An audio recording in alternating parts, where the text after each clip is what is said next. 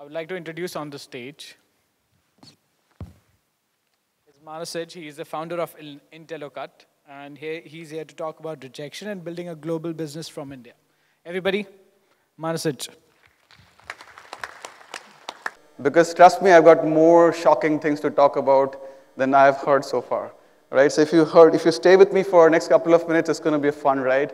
My name is Mansij, as I said, and I thought of having some very interesting topics. Like I thought maybe you should name it like "Get Lucky, Get Whatever Tonight," right? But I thought it might be a little offending for some sensibilities.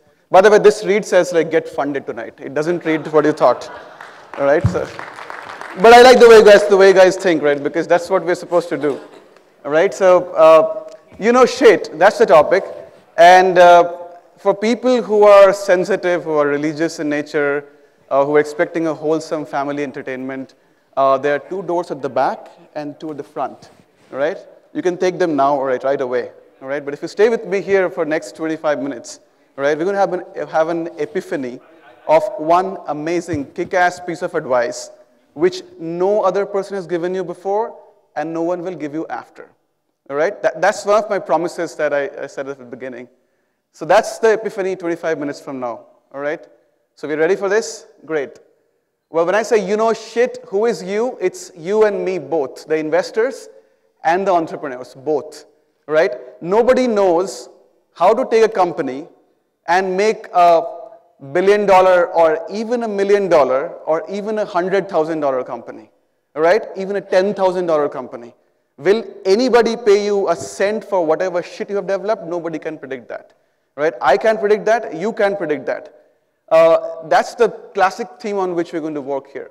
And again, I said, if you're allergic to cuss words, let's do a quick practice, right? And just pure cuss word practice, right? I'm sorry for this, but let's do this. If you're American, you'll say fuck you, right? If you're Filipino, you'll say pak you. If you're Arabic, you'll say fuck you. It comes from phlegm from this. So you got to be ready for this, right? And now we are ready for it, so let's go for it. So who are we? We started exactly 2 years from now at this stage, at Unplugged. 1st December 2012, I flew into an Indigo Airlines, 6:45 morning to 9:15 in Bangalore, 10:30 at MLR Convention Center, right? That's the place where we went up to. Ashish was right there. And we were number 7 in the demo we did that. That was 2012. We told the world that we're going to do our whatever shit we're going to do, right? And we made our first customer dollar 10 months after that. It was a big fucking toil which had to go through. And we were basically fighting mindsets. When you fight mindsets, it's a longer battle to fight than anything else. And in 2013, December, we got seed funded by Bloom and some of the wonderful angels. There are some angels, trust me on that side. And by the 31st March 2014, we were a bloody failure. We had $60,000 in our account as total sales. And I had a very clear sinking feeling inside me that it's not going to work. It's just not going to work because there's no fucking money up there, right? But we changed the thing there. Now today at the stage, exactly 7 months from there, we have come to a stage in which we have $1.5 million as my revenue run rate. I'm running at 100% quarter-on-quarter growth. I've got offices in India, in Bangalore, Delhi, and Calcutta. I've got offices in Colombo and in Istanbul. I'm going to move to Singapore on my own money to make an international business, to get an IP initiative, and everything's protected from there. And I'm going to hire close to 12 people on this 15th of January who are joining us to make it a 40-people team across 9 geographies. 9 months is what it took me to go from $60,000 to $1.5 million of revenue run rate with a huge, healthy profit margin, which at this point of time makes everything viable for all of us. And trust me when I say this, that this is the only thing that counts, right? Did I tell you what do I do? No, it doesn't matter. It matters chicken shit what do I do. I could sell babies online, but you know what, if it makes money, people will fucking invest, and there are buyers out there for that too. All right, that's what it means. It's a business, my dear friends, it's a business. End of the day, it's nothing else but a job of making money. All right? Now for technology Puritans, here's what we do. Since you really asked for it, you got it, sir. And ladies. So we are basically going to work for the $1 trillion garment industry, which everybody, by the way, needs and wants. You may not have X product, Y product, Z product, but you know what? I can see no naked guys here, or naked women here, whatever the saying being. You need garments anyway. All right? It's a $1 trillion global industry, and they have the same problem everywhere. We plan their production. Every piece of it, we plan it. The biggest manufacturers of this planet right now are getting signed up with us. If in the last 6 months you have worn any of these guys, Lee,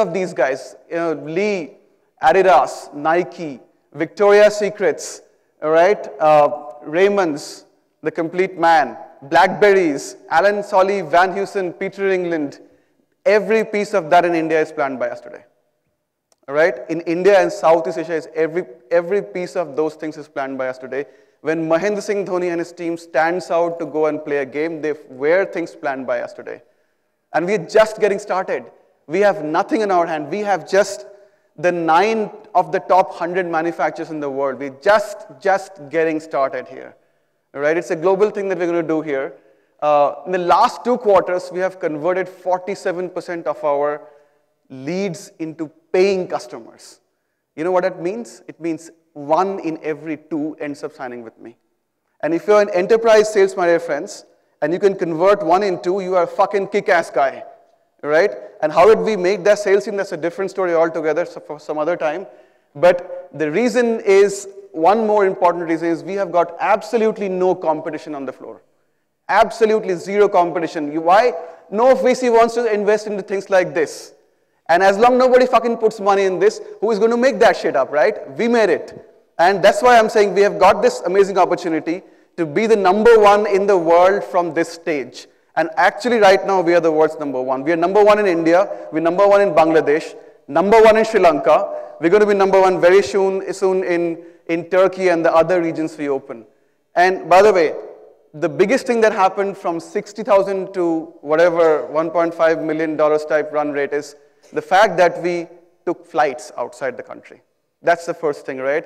There are never any constraints in this world. We can always continue to grow ahead. So we are in a true sense of segment opener. This segment did not exist.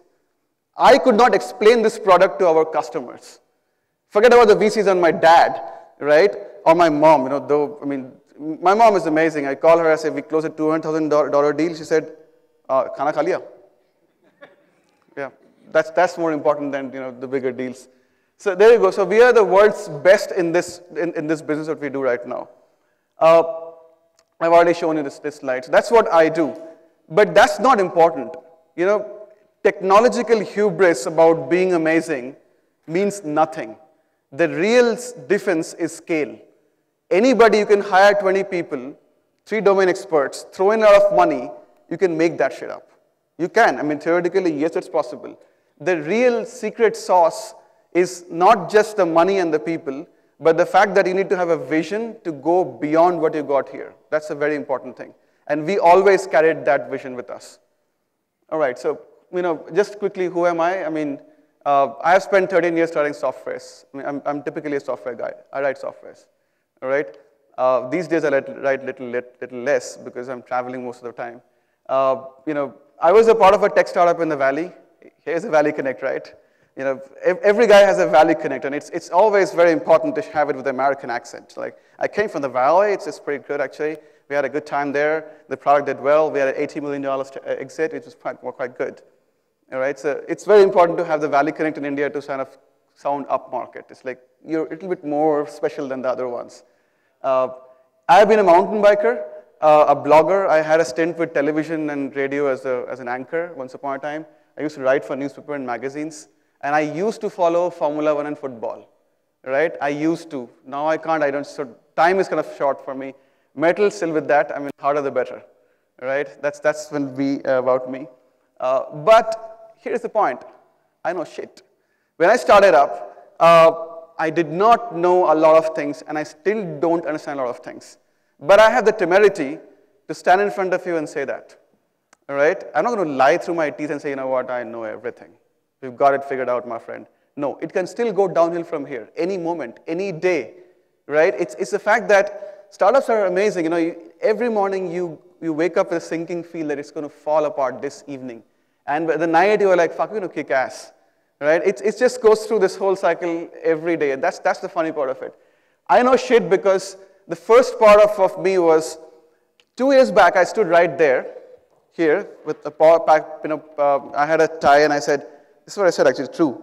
We are a company which is trying to solve engineering problems in the manufacturing domain. Fuck you. Yeah? You know what? Fuck you. What does that mean, right? What does that mean? This sentence that, you know what, we are a company who's trying to solve engineering problems for manufacturing domains, what the fuck does it mean?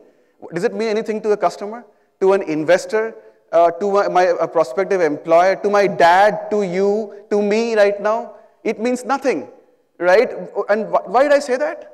Because I was a tech guy, right? I mean, I said tech shit, which meant nothing to you, even to me myself. Maybe about 2 years back, that thing that I said shocks me today. Maybe I'll be shocked for what I said today, 2 years from now on.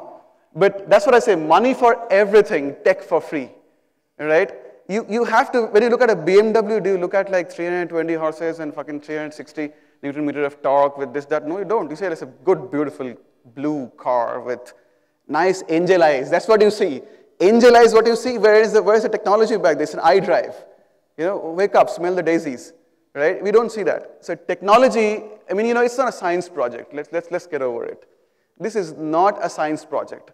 If you're expecting to show Python code and, you know, what JavaScript things to investors, they will be like, yeah, it is not going to work. It's too low tech, right? But you show them something which makes sense for their perspective. It's very important to understand that communication, which I did not have.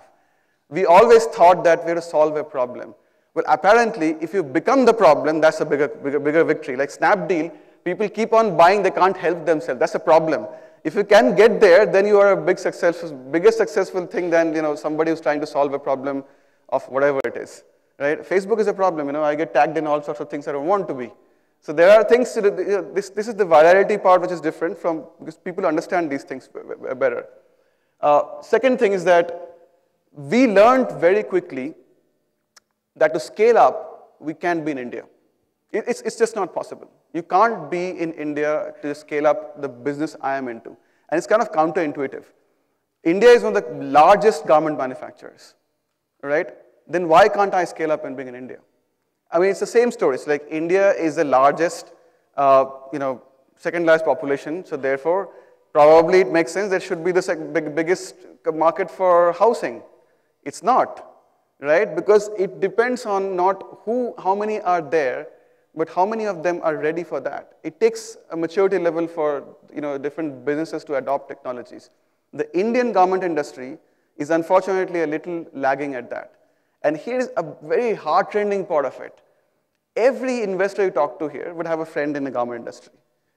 When they will call to confirm, they will say it is chicken shit, kuch nahi chalega, right? So the point is that's a very big step that we saw. We realized that in like 3 months. And we immediately acted on that. And how far did we go? Like, did we go to the valley? No, we went to Sri Lanka, right? We went to Sri Lanka, we went to Bangladesh, just two countries which were closer by. The markets were really good, and we were able to sell plenty there. And we took another calculated risk with our money. We went to Turkey. The reason we went to Turkey was that we want to get to China eventually. China is an extremely difficult market to crack for those who have not been there or don't understand that market too much. I also don't understand. I know shit, as I told you, right? But I understand it's very difficult to crack. The language is a barrier. There are lots of other barriers exist in that whole region. So we went to Turkey, which is a pretty much similar kind of a place, similar kind of language issues and stuff, but not as ironcladded as China is. So we can use our learnings of Turkey and then apply it in China. That's the reason we went there. Then my third thing is whatever my sensibilities were came from my parents. I mean, my dad is a chemistry professor and my mom is a writer, right? $1 million is something I could never imagine in my fucking wildest dreams. So when I first met the investors, I told them the truth. I said that given all the equations on the table, the product that we have got, we should probably do $200,000 a year, first year, right? Which is, by the way, a pretty big, good revenue for a small startup in whatever field it is, right? There are overnight successes out there, but I'll come to that later on. But you know what? They're not important. The important thing is that our humility was looked upon as weakness. Because whatever you say to them, they're going to take like a big axe and swing it and make it 1/10. So it looks like $20,000 to an investor, and you know what? I can understand. I mean, I would not invest into something that's going to make $27 a year. You know, that's pittance, right? That's not revenue or whatever it is. So, but that was my sensibilities. My sensibilities always suggested this. But here's the point that, you know, why do we then actually go into this realms of amazing big numbers? Because like we said, you know, all these magazines and things, they kind of condition us, right? They condition us about things which don't exist. You know, founders work hard, an awful lot hard, right? We meet investors, we meet customers, try to call our mom and then sit down with our dog. The day has ended, everybody's gone to sleep. We open our laptops, sit in the comfortable bed, and trying to relax ourselves, we watch porn. All right? Anybody does that here? All right? You don't accept it. It's all right, fine. You know what? It's all right by me. And then you put in the most, the seediest and deepest, darkest, desirable words and put them as your keywords. And you know what this is the saddest part. You know what the keywords that we choose at the end of the day? We choose Snapdeal. We choose Twitter, Facebook, Uber, STFU. Shut the fuck up. This is startup porn. All right? This is not the real world. Smell up. The real world is in the US. It takes 5 years for a company to make its first million and 15 to make its first billion. If your investors are pushing you to show a huge growth and that, you know what, you should be doing $30 million in the second year, good. Start selling cocaine. Start selling illegal drugs. That's the business you should be in, right? Not the business you're in, wrong business, absolutely. You know, you can't do this kind of money with this kind of, whatever things you got on your plate. I was in a part of a tech startup in the US, and when we did $800,000 in the second year, there was a huge sense of belief which we got from the topmost VCs of those areas, and therefore the whole company went through a transformative change and then had an $80 million exit, right? These are very large numbers to crack, right? And you know, those people who think, it's just a $2 million company, yeah, try making one. You know what? Try making one. It's not that simple as you may think of this. Startup is all about selling. It's, you know what? That's the most important key.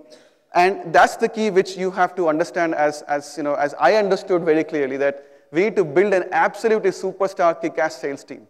Other than that, you know, you're not likely to sell other than to your parents and your family and stuff. Right? It's like school shit, right? You have to sell to real people, convey the real messages. But never sell too low.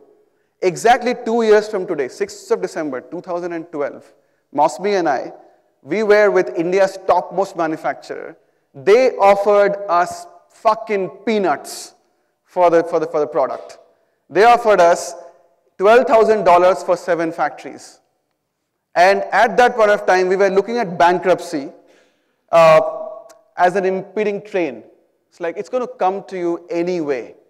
Right? And at that point in time, $12,000 was probably what we should have taken. But what did we do? We said no. We said no. Because if I take $12,000, I'm anyway going to die. If not this train, the next train is going to hit me anyway. Right? So you take the chance. You say, you know what? I know I'm valued more. Exactly 16 months from that date, they did 1 factory with us at $40,000. All right? You have to hold on to that fucking nerve of yours. If you don't have it, don't come here. It's not going to be that simple. It's not your school childhood project. You're like people will clap and stuff. You're going to die. Your blood's going to be on the street. And you know what? One thing can save it, by the way. This one thing can definitely be saved. That is called, if you get the investment at the right point. This question always rises up, and why is it so that in always these forums, we always end up talking a bit about investors and a bit about entrepreneurship? Is because these two are like men and women, right? You really can't live without the other. It's how it is. But there are idiosyncrasies which we have to take care of. It's how exactly it is. So anyway, we had friends. We had 5 friends start the business. I fired 2 of them. They never spoke to me again, all right? This is business. All right, this is not friendship. For friendship, you got Facebook. Go there, have fun. All right, this is exactly like a gypsy, movement. Gypsies stay together. They are a family, but when they have to move, they have to move. If you cannot walk, you are welcome to stay there and be vulture food. Right? Exactly the story is in startups. If you don't move, those 2 people will kill everything. So we actually had to offload them. They never spoke to me, thinking that it was a greed or whatever it was. You know what? That's my fucking cross to bear. It's all right. Okay. Location is unavailable. E-drive is whatever it is. And the last part is, sell first, build next. Now what? I really can see what Rohan was getting at. His problem is he has to deliver a touch and feel thing, right? Most of us are delivering softwares. So why do you have to build first and sell next? You sell first. Sell first. That's the point. Startup is, I tell my team of whatever 30 people we got, that everyone is in my sales team. My dev is my biggest sales. What my dev makes, whatever Abhishek, Bratish, Kamal, Atik, and Santosh, and 3, 4 other guys, Suleiman, and all these guys make, that's what we sell. And that's what counts. My dev is my biggest sales. My implementation team, which goes, my sales team gets me one deal. My implementation team walks in, and they know that if they do it well, they can get 40 deals without even spending a penny on that. And that's the reason we were able to do this speed. We walk into one factory, we go through the entire thing like a hot knife through the butter. You have to understand that if you cannot sell, you cannot survive. And in the day, this is a business. So I did not know this thing at the beginning. That's why I said that shit that I said here. Now, when I come to my second part, it's like they know shit. And when I say they know shit, I basically mean, our lovely investors. Some of them are really, by the way, really visionary. I remember pitching to at least 50 VCs across all the cities. I had met Mumbai Angels, Chennai Angels, Bangalore Angels, Hyderabad Angels, Harvard Angels, Charlie's Angels. I had met everything, right? Everything that was out there. Right? But fuck it, nobody would invest into shit like this. Why? Because they follow trends. Now here is my interesting jibe at this whole thing, and it's not a rally, but still I'll say that. When you follow trends and try to discover innovation, it's pretty much like trying to wear the exact fashion of the today and trying to look unique, right? Yes, you will have the exact same things, but the same as every other guy. So if you look at the VC world, they have the similar kind of portfolios. One competing with the against here and so on and so forth. Exactly like you can map almost 1:1 at their scale. And it's true. Pick up any 3 VC firms and sit down and see if they have a taxi services. Then do they have one big e-commerce services? Do they have this? They have pretty much same things, right? Yes, they have it. Yes, they are good at their jobs. For sure, they're good at their jobs, and they have picked out some winners. There's no question about it. But the fact is that where is the real innovation, right? And if we are not an innovative, bunch of people, we are basically following existing trends or kind of making electronic replica of existing brick and mortar businesses, right? We're not really inventing a business and then putting it on the table. Because then you have the really potential of growing exponentially, becoming world leaders, right? That's the biggest question that we have. And the reason is that they follow trends, and it pays to be a fatalist. Like, oh shit, it's not going to work. Like Rohan said, like the guy picked up the thing and like he said, it's never going to work.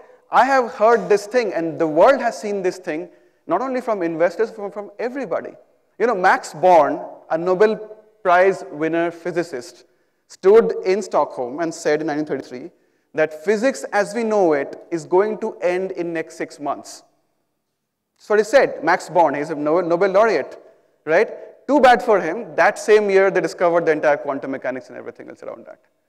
So yes, it pays to be a fatalist. There are experts whom we point and say, this guy actually, actually predicted the 2008 financial crash. Yes, the same guy did the financial crash prediction which never happened in 2004, 2001, 1999, and so on and so forth. Right? It pays to be a fatalist, but it doesn't help the entrepreneurs because for us, time is critical. Our bloods are going to be on the streets very, very soon. And market is always irrational. Right? Now, unfortunately for the venture capitalist industry, I understand, as far with my limited knowledge of I know shit, is that they basically get their money from somewhere else. So now the point is that if that's the story, then they have to basically make some sort of a return to their investors as well. So there's a model that they build up. And they're basically predicting a financial model which is extremely irrational to predict in the first place. And I'll give you an example of a company called Long-Term Capital Management. This company existed in the US, a huge hedge fund. It had a financial model which was actually given Nobel Prizes. Now, I don't think your model is anything more sophisticated than that. So all the best trying to make that sense out of Excel sheets, which basically you ask for, for a person.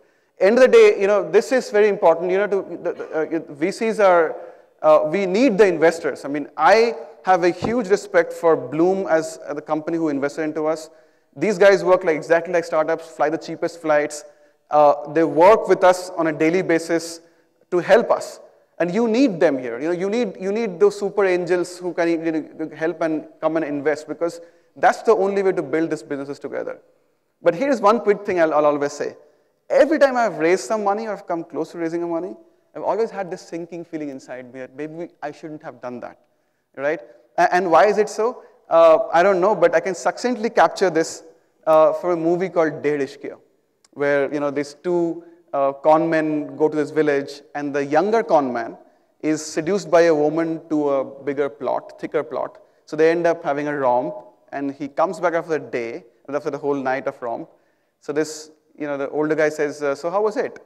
And he says, Khalu, samajh nahi aa raha hai ki de ke aa raha hu ki le ke aa raha hu? As in, I don't know, did I score or did I screw? Right? I mean, that's exactly how we feel when we pick up money, but we still need the money because that's very important to go through things.